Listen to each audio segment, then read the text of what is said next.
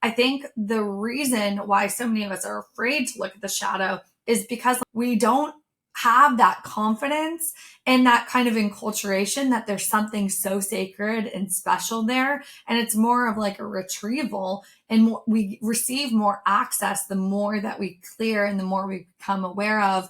And it's also like a journey. It's not like, oh, I checked the box of clearing disconnection, now I'm free. But parts of us become free through that awareness. And so having that intention to have that openness to looking and embracing all the parts of us, while also knowing that, yes, there's a very much a business as usual part of this sort of game in a sense, because it's very important to be able to be direct to the neighbor and to bring things to the fore and set your boundaries.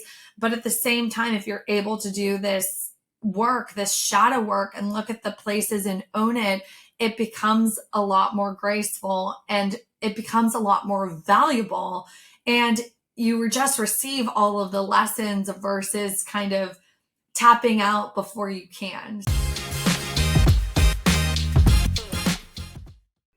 Hello and welcome to Get Yourself Optimized. I'm your host, Stephan Spencer. It is my pleasure to have Dr. Brooke Stuart with us. She's the founder and active president of Let Go and Grow International and a holistic doctor in private practice, where she specializes in taking a holistic approach to mental health and high performance, assisting her patients in unlocking their own intrinsic ability to heal. Over the past 12 years, Dr. Stuart has worked with thousands of people through her online platform, private practice, and the team work division of Let Go and Grow. Holding degrees in medical anthropology, psychology, and integrative medicine, Dr. Stuart uses a unique combination of holistic counseling and functional medicine to personalize and tailor treatments of her patients locally in Orlando, Florida, and around the world. As a physician, she is deeply committed to her patients' personal growth and development as she uses solution-oriented methods to clear issues, create health, and assist them in realizing and actualizing their true potential. She's also the author of LG&G Holistic Guidebook and Journal, Reminders Workbook, and the Let's Grow with Zoe children's book series. Dr. Stuart, it's great to have you on the show. Thank you so much for having me on. All right. Well, so you were introduced to me through Philip von Heltzendorf-Felling, who was a guest on this show a couple times. And he's the co-founder of Lila Quantum Tech and quantumupgrade.io. He spoke very highly of you and suggested you as a guest. So I'm glad that we're connected, and I think very highly of Philip and his wife Prue and of Lila Quantum Tech. So welcome. What they're doing is so amazing. And I've met so many amazing people through Philip and Lila Quantum. And this is something like, I know that one of the reasons I love Lila Quantum is because they have all the science. People can kind of dig into it. And I truly believe when you're experiencing something that actually works throughout all of the realms. And so with Lila, I love how they provide that. Now, I personally don't understand the technology, but I do experience it. And actually at the beginning of the pandemic, I was working from home virtually, and I've always been very, very sensitive to EMFs. I remember actually being a freshman in high school, and we had a business systems and technology course where we had to be on the computer, and it was like a typing course, basically. And I kid you not, it was at 6:30 in the morning, high school, bells would ring, I'd be in this class. Every single morning, I would wind up in the bathroom throwing my guts up after being in this computer class. And I never put two and two together until later on when I started to realize and work virtually and be on the computer quite a bit. And I thought I have to kind of tap out, like even with phones and computers, I've just always needed to take that break. And with Lila, working from home, shifting from an in-office environment to fully working at home, I noticed that when I would wear this Lila Heal capsule, I would just be able to kind of like have my energy field be more intact. And a lot of the ways that I visualize that personally through, like, obviously Heart Institute of Heart Math talks a lot about the toroidal field. But in my work with patients as well, I think about how do we create a robust, healthy, expansive field. I feel like the Heal capsule just creates that structure. And it was so interesting. I have the blocks, both blocks actually. And one of the blocks, when I put it into my office, because I had a little bit more technology in my new place. And when I put it into my office, I just felt that like little like bit of fatigue just kind of break off. And it helped me to really have and maintain a semblance of energy throughout the day that I do not believe I would otherwise have. And I've had so many different experiences with their products, but I'm a huge fan. I love them. I literally have a little resources section in the treatment plans for my patients, and I just put it in there. And for a lot of my patients, they work virtually too, and they find it incredibly helpful. So I'm so glad to be introduced to you through them, and they're amazing. I have nothing but great things to say. Yeah, that's awesome. And so you would get like EMF exposure sickness. Yeah. I have always been, as Kelly Brogan, MD, calls it, the canary in the coal mine. So just, and I that's honestly what brought me into this field, because I was so sick as a child on so many different medications. But in my family of origin, it's a lot of like, you're not sick, you're not tired, you continue on. And they weren't like, placing doctors on pedestals either. It was very much just continue on. And so my life looked pretty normal on the outside. I got great grades. I was athletic, played soccer, played golf in college, different things of that nature. But inside, I was struggling so much to keep my energy up, to keep my focus on point. I had severe cystic acne. I was just tired all of the time. And so when I started, I actually came in last place in a golf tournament.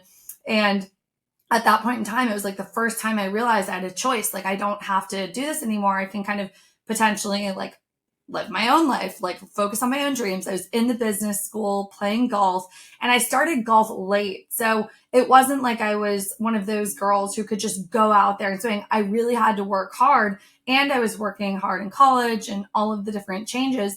And I thought to myself for the first time, like, I don't actually have to continue playing golf. Maybe I could open up to something that's more like me. And weirdly enough, I had been working with a counselor. As I was working with her, I started to think, oh, wow, I would love to do something like this. And I was reading all of these sports psychology books, and I was recognizing that on the golf course itself, I was paying way more attention to the books I was reading and the podcasts I was listening to and the audiobooks I was, literally doing putting drills to on the green. And I had taken more psychology courses than I had known, enough to almost major in it already. And so when I decided, okay, I'm going to go in a different direction, I started to get introspective and think about who I was and what lit me up. And so I shifted my majors to anthropology and psychology. And that's where I came into contact with holistic medicine for the first time in terms of medical anthropology. I had a teacher that would literally bring people from all around the world to talk to us about medicines from all around the world. And he was very, very skeptical. So, but it was this brilliant guy, Robert Halberstein was his name, this brilliant man who would just so skeptical, but weirdly in the same sentence, so open-minded to bring these people in and expose us to their work. And I started to take some of the things and the advice on from the different practitioners, things with dietary change. They introduced us to flower remedies, and they actually ran a couple of studies at University of Miami with Rescue Remedy, which is a combination of 5 flower remedies. It's very well known for stress and grief and shock to the system. And I use it with my patients to this day all of the time to work on that emotional component. But that's where I really started to kind of lean more into myself and shift things. And I literally thought I was just going to start a blog and interview people and have my own company kind of grow that way. But when I realized I could go to acupuncture school and kind of get that cultural immersion, begin to work with patients, have a license, and do things in a holistic way. And in Florida, we're primary care. So, and then we can also use our licensure around the country in a variety of ways. And so I thought, oh, wow, this could be a perfect fit. And I kind of went in with an open mind, because it's certainly not something my family, they had no idea what I was doing. They thought I was like going off my rocker or something, but equally they were open-minded enough to be intrigued and to have conversations about it. And my dad has a Leela quantum capsule with him on his keychain at all times. And so they kind of opened up and now kind of loved it and have embraced it too. But that's kind of how I started to get into this field. That's awesome. So, just to wrap up the conversation about Leela, maybe you could differentiate for our listener who hasn't listened to either of the Leela episodes on this show where I interviewed Philip. There's episode 336 and episode 378. I highly recommend both of them. But for somebody who's unfamiliar with the technology, this quantum healing technology, can you describe the Heal the can you describe the heal capsule and the block, the quantum block, and then there's the infinity block, which is much more powerful than the quantum block, and maybe give a few use cases of how you personally and maybe even your dad use that on a regular basis. Oh, absolutely. I could literally go on and on. And I feel like weirdly, there are messages that I bring into my private practice with everything I've learned from a variety of these tools. But with the quantum and the infinity block, I'll actually place affirmations on things that I would like to release. And I'll work on it myself. I'll bring it to conscious form. I'll pull it from the subconscious and unconscious. And then I'll actually write affirmations of things I either want to develop within my own life or release in my own life. And I'll place it in the blocks themselves. And so aside from just mitigating EMFs, keeping my structural integrity and house intact and my house in somewhat of a harmony, I do not understand the technology. I haven't taken the time to really deepen into it. But in terms of a utilitarian approach and how I use it, that's really how I use the blocks. I have one in my bedroom and one in my office. And so it's enough space in the house to have that. And with the heal capsule, So before you explain the heal capsule, I just want to get clarification on this. So what you do is you write affirmations on what, paper or on labels that you put on objects that relate to it, and then you put that into the infinity block. How does this work?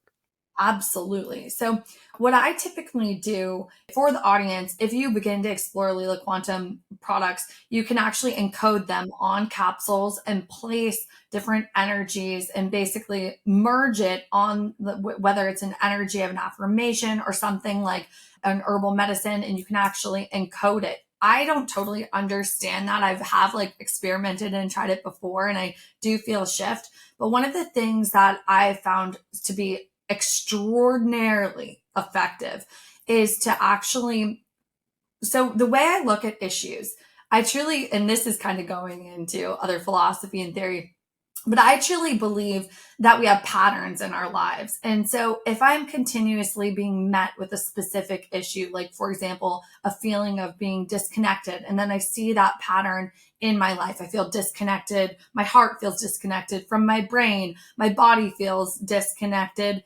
from, different experiences, or I feel disconnected and comes out in a myriad of ways. Let's say I call the issue specifically disconnection, or maybe I have an issue with being guilty, or I have an issue with being resentful, or I have an issue with being overpowered, or whatever is that experiential happening in my life, whether it's coming up through a person, place, thing, or situation. What I'll do is I will literally write an affirmation that's highly focused on identifying that this is my issue. I own it. It's not that I have to like it, condone it, want to recreate it, but I want to own it so I can shift my energy field and liberate my perspective to come into contact with what is meant to be. So, for example, when I liberate the disconnection, I can now focus on connection and having more of that, unity with other people. So, when I put the affirmation in the block,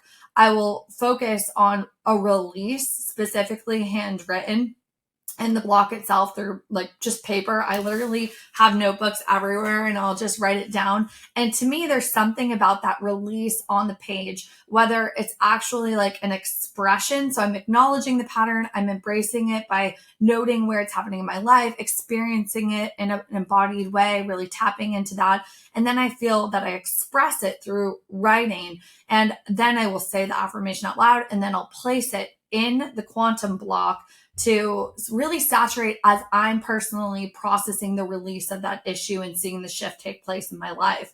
And then in terms of development, like if I have a focus, for example, if I'm focused on cultivating abundance, or let's say something more specific, like 75 new leads or something of that nature, I'll place that in the block, and it almost feels like it frees me into the development and into the flow of the energy of actually beginning to bring that about. So their products have been amazing. One of the, I don't know if we have time, but I have one story that was, this is where I was like, oh my gosh, should I share Yeah, it? absolutely. Let's go. Okay. I feel like there's a lot of like messages in here that could be helpful. So, for example, when I first got this heal capsule, I was going through a rough time with someone in my family, and I was on the phone with him, and he kept saying, "You can't do that. You can't do that." And it was simple. It was about buying a townhouse. He's like, "Why?" And he said, "You can't do that." And I literally thought to myself out loud, well, actually, I can, and how? And that was the first time. Usually I would believe it. I would think, oh, I don't have the capacity to do that. Like, I would never be able to be that response. Like, I would literally like be like, that person is right. And I would hand over my power in a sense. But it was the first time in that situation, similar to saying no to the golf thing, to say yes to other aspects of myself. It was like, instead of believing the I can't, I felt like, oh, I can, and how. And one of the qualities of the heal capsule is something called an inner healer. And when I think about inner healer, it's that pattern of, I'm capable of healing. I'm capable of working through my experiences. I'm capable of creating a life I desire. I'm capable of accessing my power of choice to choose how I perceive experiences, interact with them, interpret them, practical choices. And if I can close my eyes and focus on the best version of myself, how can I choose choices in alignment with that and begin in that I can't statement? It just blocks us from that access of I can and how, because it doesn't matter if I can do that right now in that instance. But to be on the journey of that self actualization, I find that these products, it's very strange how, it's a perfect companion commitment to the intent of growth. And I think it provides an energy that's healing and just in alignment with that whole trajectory. So, Well, what you were describing about taking, let's say, something that you're feeling a disconnect or a dissociation from, and then writing that down, putting it into the quantum block or infinity block, that reminds me of shadow work. It's kind of a different kind of shadow work. And I love this quote. I saw this recently online. It's a common misconception that the shadow is home to the worst parts of ourselves, but this is false. The shadow is actually home to the rejected parts of ourselves. And for this reason, the shadow is full of untapped potential and creativity. wow, I love that. I love that. Yeah. And I also, coincidentally, of course, there are no coincidences, I happened to see on the YouTube homepage a video about this, shadow work and how it related to a movie called the Black Swan, and it was just really impactful for me. I watched that, and I could see how an event that happened that same day, this was yesterday that this happened, with our neighbor. Uh, I got very angry with her because she literally bulldozed over us. She had a construction crew and a skid steer and a dump truck that used our property, dumped a huge mounded dirt right in front of our house, not her house, got on our grass as well as the street.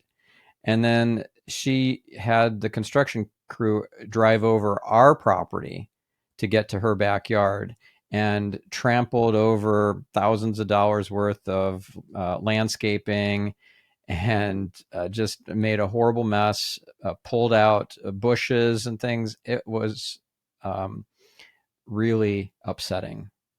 I haven't got that angry in a while, and I yelled at her, and I'm ashamed to say that. Well, not ashamed, but it's embarrassing. It's not who I want to show up as. It's not how I want to show up, right? So that's part of my shadow. And also, I got triggered by the way that she did this. It was very manipulative. The old adage, ask for forgiveness rather than permission.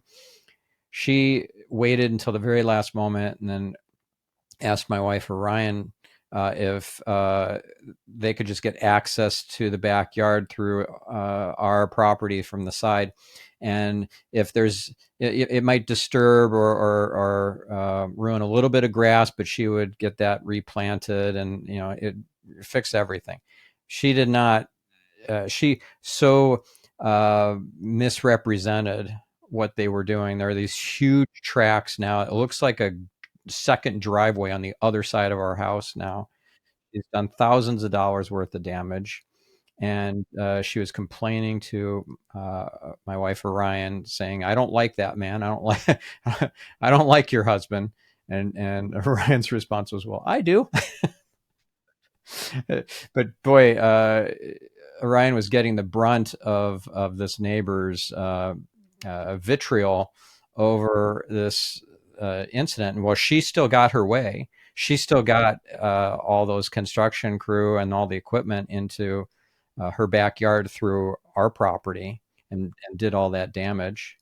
And so, what lesson I got from watching that video, which I'll include in the show notes, it's on the Modern Intuitionist channel, about shadow work, is that the things that trigger us that are so upsetting to us are mirrors to our own hidden and disowned parts of ourselves. So where am I bulldozing or bullying or manipulating or misrepresenting or asking for forgiveness instead of permission, when I know I should be asking for permission, or uh, omitting important details to get my way? Those sorts of behaviors are parts of me, but it's in the shadow, and I don't want to look at that. I don't own that, so thus I don't integrate it. And so this whole experience gave me a big aha into my shadow and how I need to do shadow work. So yeah, no coincidence that this would come up in today's conversation after that whole experience. What are your thoughts on that? I literally love that because on so many levels, I think people are afraid to own parts of themselves. But I think they're afraid because they're used to the glass ceiling instead of the freedom that can come with owning a certain part of ourselves. Like, for example, I had an experience with a person who basically was saying all the right things, but then it was like these passive aggressive comments coming through. And I just felt energetically shaken after being around them.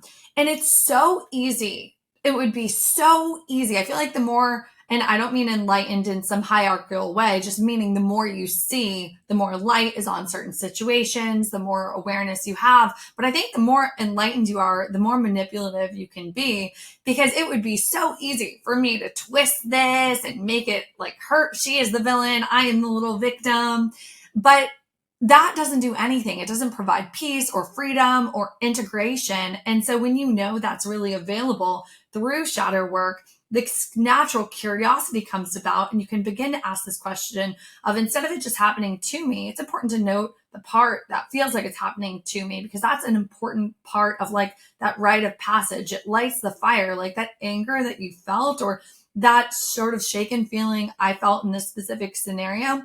It catches your undivided attention to begin to go there. And so I find when you begin to go there, then things get really interesting, because what I recognized is, wow, this incoherence of the difference between what she was saying and how what she was potentially energetically bringing forth, that incoherence I have, that sense of me feeling overpowered. How do I overpower other people and exactly right, like bulldoze over them too? And what parts of me bulldoze over other parts? Maybe my brain and my mind bulldoze right over my heart and its feelings to get to skate through the other side versus like fully embodying and embracing the different lessons. And so I think the reason why so many of us are afraid to look at the shadow is because, like that original quote you said, is we don't have that confidence and that kind of enculturation that there's something so sacred and special there. And it's more of like a retrieval, and we receive more access the more that we clear and the more we become aware of. And it's also like a journey. It's not like, oh, I checked the box of clearing disconnection, now I'm free. But parts of us become free through that awareness. And so having that intention to have that openness to looking and embracing all the parts of us, while also knowing that yes, there's a very much a business as usual part of this sort of game in a sense, because it's very important to be able to be direct to the neighbor and to bring things to the fore and set your boundaries. But at the same time, if you're able to do this work, this shadow work, and look at the places and own it, it becomes a lot more graceful and it becomes a lot more valuable.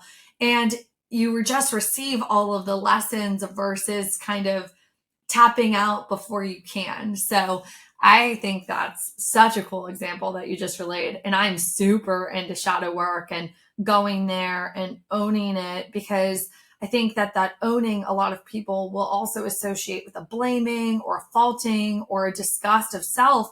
But I think, and those are all sort of shadowy experiences that we can pay attention to. Like, okay, I feel disgusted. There's a pattern of disgust here, or there's a sense of disdain about this certain pattern. So if we're able to just through a sense of connection, presence, observation, which I think truly will then lead to bringing in that body of compassion and love, like unconditional love. Like, what does that mean? No conditions. So how can I bring that to these parts that are hidden and hurting and in the closet, locked up? And how much energy does it take to lock up something like anger or disgust versus, and like how much energy does it take to suppress and repress those experiences versus just simply begin to express them and look at them and visit with them and meet them where they are, so that through your authentic self and all of the growth you've attained and all of the light that you have,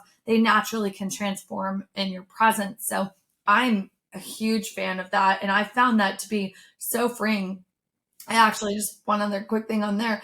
I was in this very deep meditation. It was a concentration brought about by Santo Daime, which is a form of ayahuasca. So it was absolutely beautiful. And I have this list of realizations I had during that ceremony. And one of them was just the true focus on how judgment is parasitic and how observation is so healing, and how when we simply, and it was showing me this with myself, for my patients, different things, but when we really let go and detox our systems, the physical body, our minds, our hearts, all of these aspects of self, it's just like we exist. Like the beauty of us just simply exists. And so when we can bring that observation and that light versus meeting judgment with judgment, it can be highly healing versus that parasitic experience that we receive. That what I was seeing in this experience was that how it pokes holes in your energy field. Like when you're judging versus observing, which then brings about this robust expansive state of health, which is a lot about just clearing out and releasing what no longer serves or what's being called to the surface. So I find all of this so interesting. Yeah, amazing. So I'm curious, did you take that sheet of realizations that you wrote down and put that in the infinity block? I actually, very strangely enough, I was cleaning my house, and actually I have an organizer. She uses something called the neat method.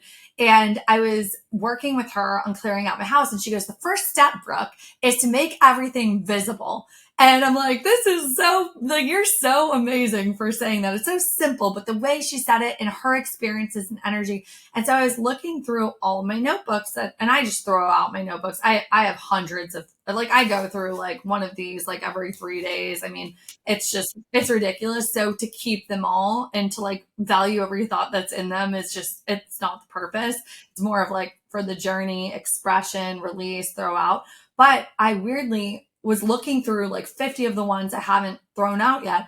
And I opened up to the page, and it was the clear list of realizations that I had during I've done Santo Daime twice. And the first experience, I had this clear list of realizations, and it's right on top of my infinity block right now. But I had, or of my quantum block, but I had them in my infinity block for about a year to kind of like help that processing period, because anybody who's experienced something like Santo Daime or ayahuasca probably knows that you don't like it's a continual processing. And at this point I feel like I've processed a lot of the material, but you still circle back around to it. You still have those reminders. And so those concepts, just because you experience the concepts in ceremony, it's that like every sentence I have on that piece of paper very much feels like an embodied experience. So I'm so glad I accidentally flipped to that page in that notebook and I No ripped it out. accident.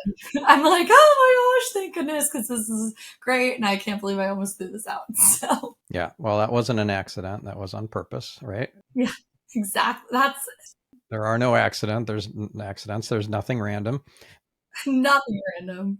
Speaking of which, in relation to my shadow work and the whole experience from yesterday, last night I was guided to look up Marcus Aurelius quotes. I felt like he was talking to me, and he wanted to help me. So I end up on a page on Goodreads with some of his quotes, and none of those quotes really resonated with me at that moment. So I set the phone down and I was doing other things, but then I came back to it. I felt like I was getting nudged again to go back, and there was a load more button to go to load more quotes, and I'm like, I'm hesitating. I'm hovering my finger over it and thinking, do I have time to keep digging through these? Okay, maybe one more, and I hit load, and the very next quote is this, which is it's spooky. Let's just say, how much time he gains who does not look to see what his neighbor says or does or thinks, but only at what he does himself to make it just and holy. Wow, I have chills. That is wild. And the best part of this kind of work, I truly feel, is that even though we have so many experiences that we can draw on, that like we know like everything happens as it's meant to, and it's all sort of like magical in that way, it never, like, that delight and that surprise and that sort of like serendipity and the confirmation of our intuition, it never ceases to literally be so delightful, like every single time. And I think that that's part of like that reminder of that, like, sort of like childlike wonder in a sense. But it's like we all can, it's just amazing when you open up to that kind of, it's just amazing. That's so cool. It's perfect. Awesome. So let's move on to some of these other modalities that you have mentioned in the interview so far. Let's go to flower remedies. How do you utilize flower remedies, and how did you discover that this was something that was of benefit? So I was in that medical anthropology class with Dr. Halberstein, and he brought in this little flower lady because they were working on a study together. And basically, she came up, and it was during exam period, and she said, is anybody afraid of failing their finals? I have a little rescue remedy for you if you'd like to try it. And so, there's only 8 of us in the class, and we all walk up to experience this flower remedy that's supposedly helpful. For some reason, Robert Halberstein has her in, and he's like the most skeptical man, but weirdly the most open-minded too. So we walk up and we're basically, rescue remedy is recommended to take 4 drops of it 4 times a day.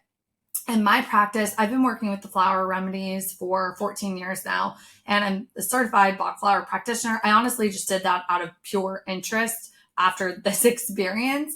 But what we also explain what happened, and then about the flower remedy system, which I think is extraordinarily valuable for families and for people in general, because basically it makes these difficult patterns, like, for example, guilt or resentment or jealousy, it turns them into the name of a flower. So it immediately lightens it up, and it allows us to clear, because it's like my intention is to own this pattern, work on it within me, and allow it to dissolve. And I can do that by way of a companion commitment of a flower remedy and work with this sort of energy. And I find that they're extraordinarily helpful in the working with the emotions. Whereas, for example, like an NAC may be great for working with addiction and sort of detoxification of old patterns and setting in new ones physically, which helps the mental and emotional. But I find that these work on the emotional, and in that trickle into the physical.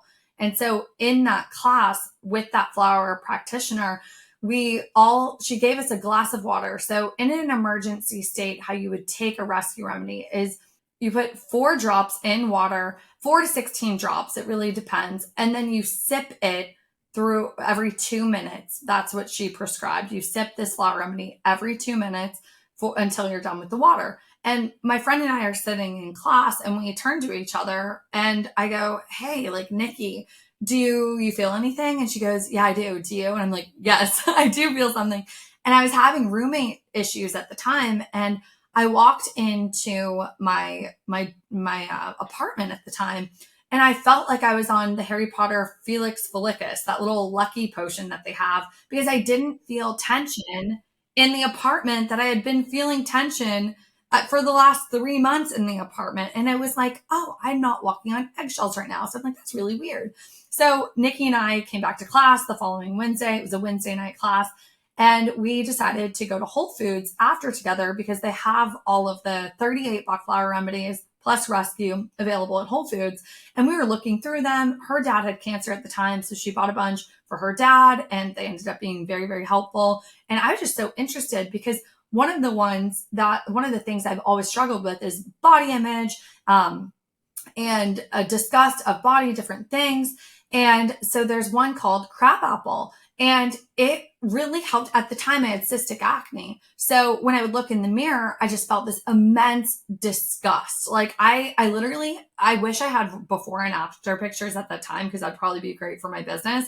But I think I hated all of the pictures of myself so much. I tried to eradicate and delete every single one of them. But this crabapple was such a turning point, because instead of meeting that with judgment, I was just naturally beginning to observe my face and not make it more than what it was. And so it was so helpful on so many levels. And from that space, I took the training and started to work with them. And actually, before I started my practice while I was in grad school, I started to gain a social media following from the work with the flower remedies. I was starting to coach people. I actually owned a company called Bach Flower Shop. I still have the website, but I would ship these personal remedies all across the country and make them for people and formulate them. And so I just thought, what a cool way to have something, a companion commitment that works for so many people, while also setting the intention. And I would give them an affirmation to do with the flower remedy. And so we would bring that process of clearing about in that way. And I would teach courses throughout Orlando and different things like that on the remedies. And so that's kind of how I got my start. And then from there, obviously my toolbox has expanded by, being able to do everything, all the things with holistic medicine and with different herbs and vitamins and different things like that. And I have different protocols that kind of stabilize it because I find like with all of this, it's so interesting. It's easy to have a cabinet that's A through Z, spending, tens of thousands of dollars on all of this stuff. But I try to keep it really simple for people. So it brings in that torque of a continual, confident moving forward versus just like the one step forward, two steps back. And I find like, especially at the beginning of my work with people, it's really about how do I shift into a healing mode versus constantly having that waiver. So I'll bring in a core supplement protocol, a food-based supplement protocol, therapeutic and symptomatic, but we stay focused on that core to begin to access that regeneration and that movement forward. And then we kind of have a core diet, core different lifestyle changes based off of their vulnerabilities. And I'm happy to talk about that too. But I find the flower remedies have a very special space in that, because I mean, even for children, I mean, they're effective with plants and animals too, but for children, I mean, to be able to teach your children how to look at something like guilt and be like, hey, like, look at it, see how it's affecting you. And they could read about the little flower and how a potential to shift, it just lightens it right away. And it's such a great dialogue and way to, a lot of therapists recommend feelings charts, and they have that with Bach flowers too, the light and the dark side of different things, and how it can transform. And so I think it's kind of a cool system. Amazing. When you were sharing your disgust of your body, and what popped in my mind is a practitioner. I feel like you and she are meant to connect and work together, and maybe you can have clients of yours, patients, work with her too. She does something that's quite extraordinary. She uses muscle testing on herself while she's having you recite things that will help her pinpoint where you have different kind of trapped emotions and imprints, like from earlier in your life or even past lives, and pinpoint where those are in your body and what those relate to, whether it's disgust or anger or hatred or whatever, and what it ties into, what kind of situation or experience or trauma, so that you can release that. And then she helps you to release that and to then also replace the imprint with a new imprint. And she's amazing. Everyone I've referred to her that's used her has been very happy and gotten breakthroughs. She's awesome. Her name is Jay Lasco, and the way I found out about her was through another guest on this podcast, Aaron Scotty. He's the executive producer of the movie The Peanut Butter Falcon. Great little movie about a boy with Down syndrome coming of age. So I highly recommend you have a chat with her, and she's very inexpensive, I think, for what she offers, and I'll connect you if you'd like. I would love that. I would love that. I feel like, having a great referral database is so important in terms of, I mean, it's such a fun way to be able to talk to people in the field as well. But I love that approach. And I would love her information. So Yeah, that referral database, for me, I call it my psychic SEAL team. I love that. That's awesome. Yeah, so I'll send that whole list to people when I feel inspired to, or I get the nudge to do so, and I always get good feedback about that. Oh, that's so cool. Because these are really highly curated by me and by my guides, and so they're not charlatans. They're not posers. they're legit. Oh, it's when something works, it's, I that's one of the things I realized, that counselor that I worked with, and I was like, oh, I would love to kind of like begin to do what she does, because I literally felt seen for the first time. I started working with her when I was 19. I'm 34 now, so 15 years ago. And I still work with her to this day. I have never, ever, ever, ever had a session with her. I worked with her every week forever. Now I work with her like every other week, once a month. It just kind of depends on our schedules. But I literally have never had an experience with her where I didn't have so much freedom and light at the end, like as we went through it. And I just think that that was one of the things that really blew my mind was we are so used to in this country working with practitioners and working with different things that don't work, that when something just does, when it just like simply works, it's like profound, especially in the health field. And so I think that that's what's so cool about like a list like that. It's like it has been effective. You've experienced yourself differently. Like that's super powerful. Awesome. So you also referred to a little bit ago something called NAC, and that I looked it up. It's N-acetylcysteine. What does that do, and what kind of situations would you want to use NAC for?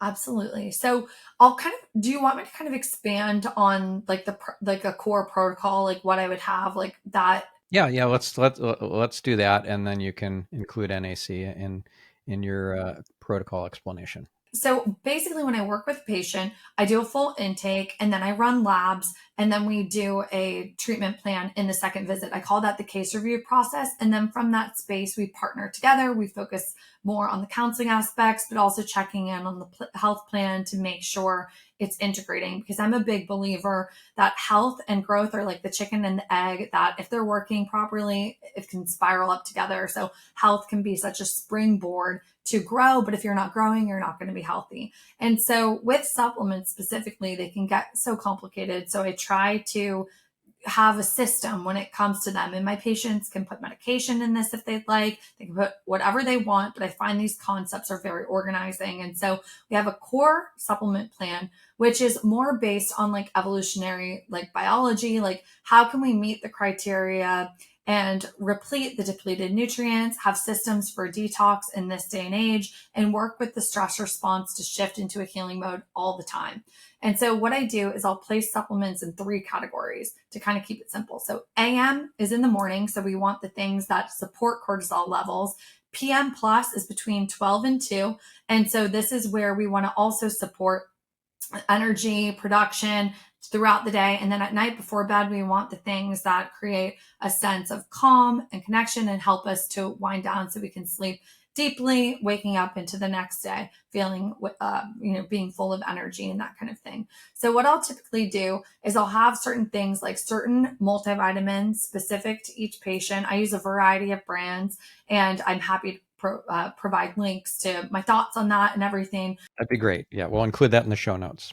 Awesome. Yeah, I'll send you everything on this. So we have like tons of free information on my website too with that, but I'll send you the links. So we have, I'll do a multivitamin, often a probiotic, an enzyme to help break down the food, and then something to help sleep. A lot of times it's more of like an inositol or a magnesium glycinate, things that are a bit more gentle and not so pharmacological. Because when you get into things like, let's say, estrogen or progesterone, it becomes a little bit more downstream. Like if your body's functioning properly, hopefully it can make that out of the food and it can be sort of built up in that way to access that. Even though they can be great tools, I would put them in more of a therapeutic to symptomatic kind of like category in terms of how I think about things.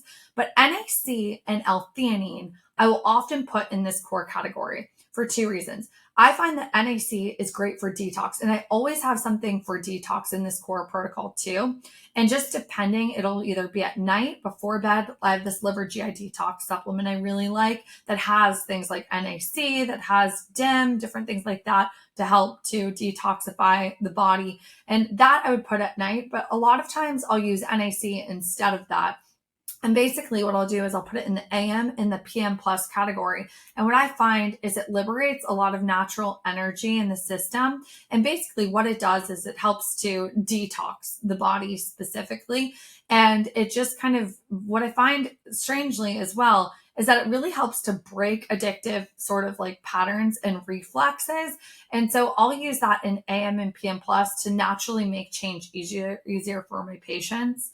And something very similar is that I will use in that category is like a theanine. And this I find it's so L-theanine is a component of matcha tea. That's where you could find it naturally, but it's very helpful in bringing about a calm focus. It makes that observational state, I find, easier to access, almost like when you come off of a meditation.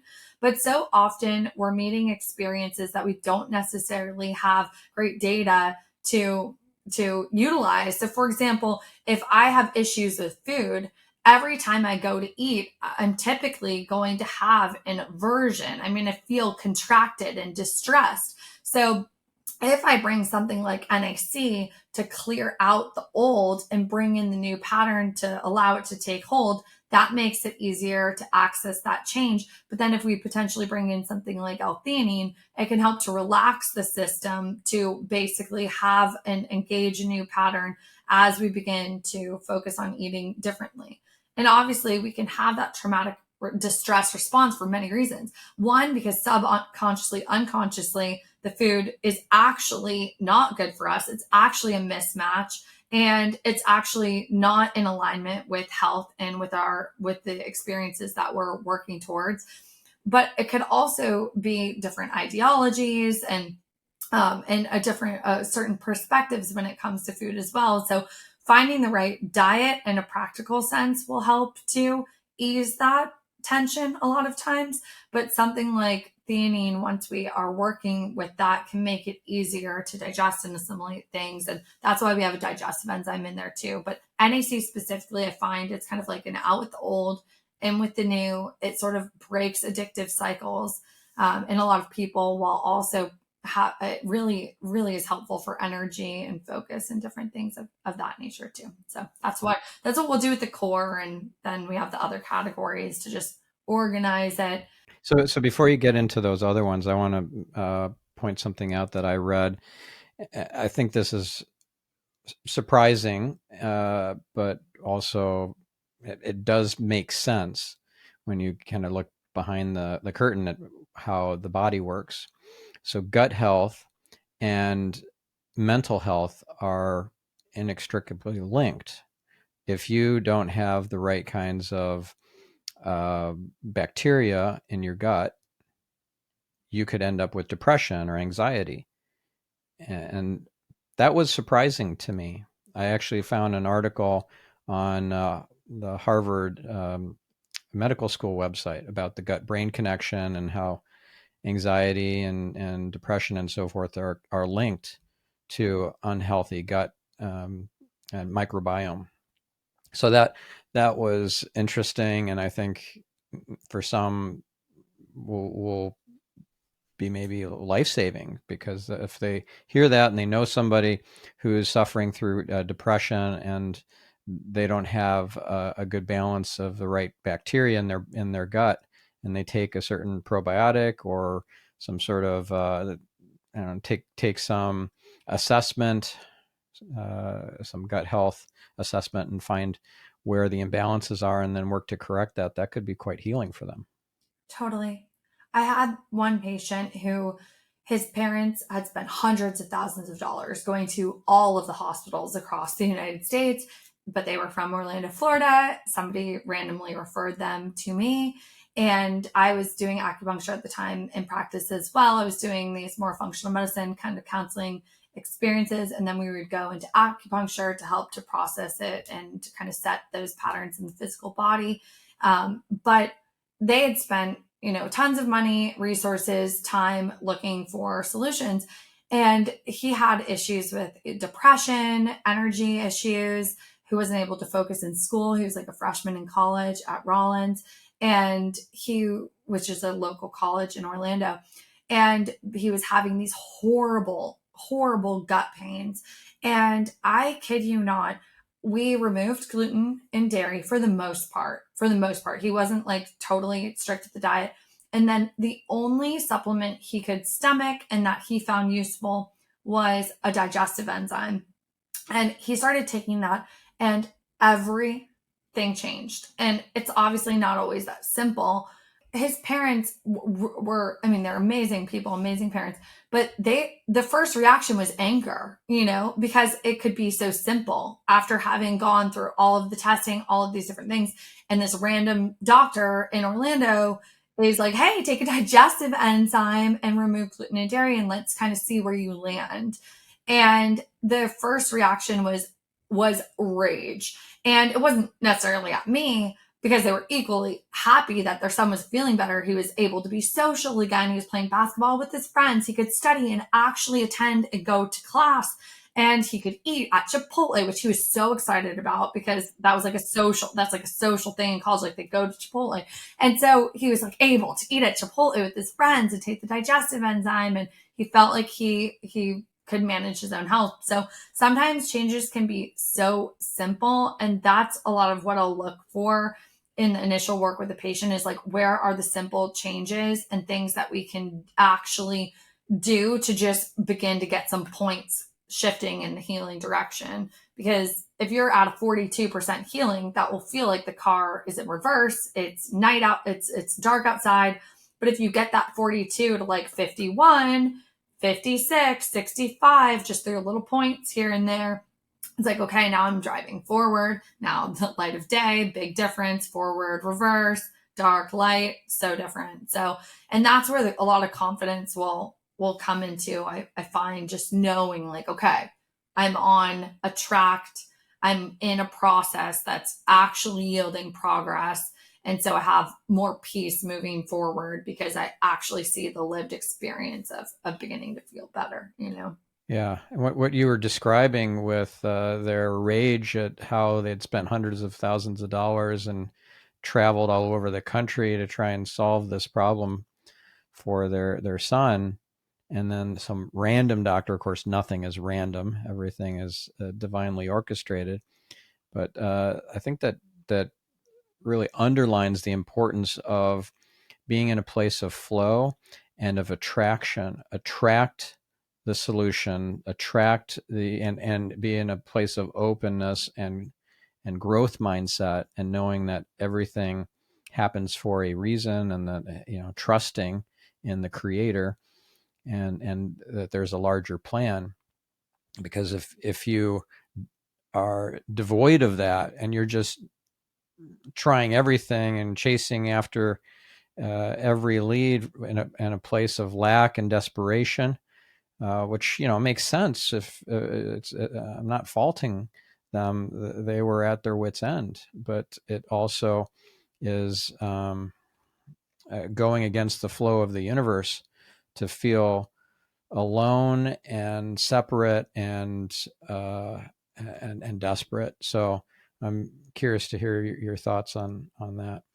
I love that. And I honestly, this is the first podcast I've been on where things like past lives can be touched on, psychedelics, this openness, and this truth of attraction that I feel that everyone knows is so real. They have experiences with, but for some reason, I think people have a difficult time being open and having it be in conversation. And I think it's changing a lot now with the younger generations. I have a little brother, two little brothers. One is 10 years younger than me. And I remember showing him these flower remedies, and he was like, this is so cool. Where I was like, oh gosh, like, don't really like tell anyone that I'm doing this yet. I don't really know what I'm doing. And he was like showing his friends. He was in a frat, and he was like, all of his frat friends had like rescue remedy, and we're thinking it was like the coolest thing. And like the vitamins that he was on, they started to like use them to study for their tests. So I completely agree. Feel like if any part of us is open to growth consciously, just like any part, it begins, like everything begins to rework itself in that direction. And that's where it's this interesting aspect of observing the mind that wants to like go, go, go, do, try, new thing after new thing, shiny object. But then if we can have that ability to just come back, reconnect, reset, remember, and remind ourselves of a foundation, and that we're always growing and healing. We're always growing and healing, no matter what. I mean, if we can just begin to have access that faith in ourselves, it's like then we can explore these new concepts with a different kind of curiosity versus a need. If they're more of like an exploration. And so, and I obviously think there's, different ways of bridging to those other sides. And there's many, it's so multi-dimensional. But I think as long as there's that crack of openness and not a constant shutting down, then it's almost, I mean, it's just so inevitable. It's so inevitable. Yeah, that reminds me of the story of the Golden Buddha. Do you know the story? I do not know this story. Well, back in the 13th century, there was a golden Buddha in a village, and the villagers heard that an army was coming, and of course they would have uh, left with the golden Buddha. So what they did is they disguised it. They put mud and plaster all over it, made it look like a stone Buddha. And sure enough, when the army came, they thought it was just a stone Buddha, and they left it alone. Well, eventually the people, passed, and everyone forgot what that Buddha actually was. It was golden. And fast forward to the 1950s, it gets a crack and it shows the gold underneath. And so then they carefully removed all the stone on the all the plaster and everything that looked like stone on the outside, and revealed this beautiful, very expensive golden Buddha. And it's like who we are. We forget because it's the veil of forgetting. That's how this life works. You're supposed to forget who you really are and then find your way back home together, right? So we're all just walking each other home, as Ram Dass said. That's one of my favorite quotes. I think that's so beautiful and so true. And it's like the times we can't see ourselves, when you get that little light of somebody seeing you, it's just that immediate it's like that, like something just like hits home. I know that that's like one of the feelings I got with my counselor that I've been working with forever. It was like the first time she saw right through me, through all the BS, all the distractions, all of the things I was so good at saying, to it right into my heart. And it was just like, just that little moment. It just, I couldn't not see myself anymore. And it's like it was a continual thing. It is a continual thing, but that is so cool. That's so beautiful. Yeah, yeah. So when you were saying, or you're talking about how we need to remember who we are, and that golden Buddha story came into my mind, I thought, that's appropriate. Appropriate way to end this episode is to share that story and remember that we are the golden Buddha and not the stone one. I love that. Well, thank you so much for having me, Stephan. Thank you, Brooke, and thank you, listener. Thank you for being open minded and exploratory and curious. We'll catch you on the next episode. I'm your host, Stephan Spencer, signing off.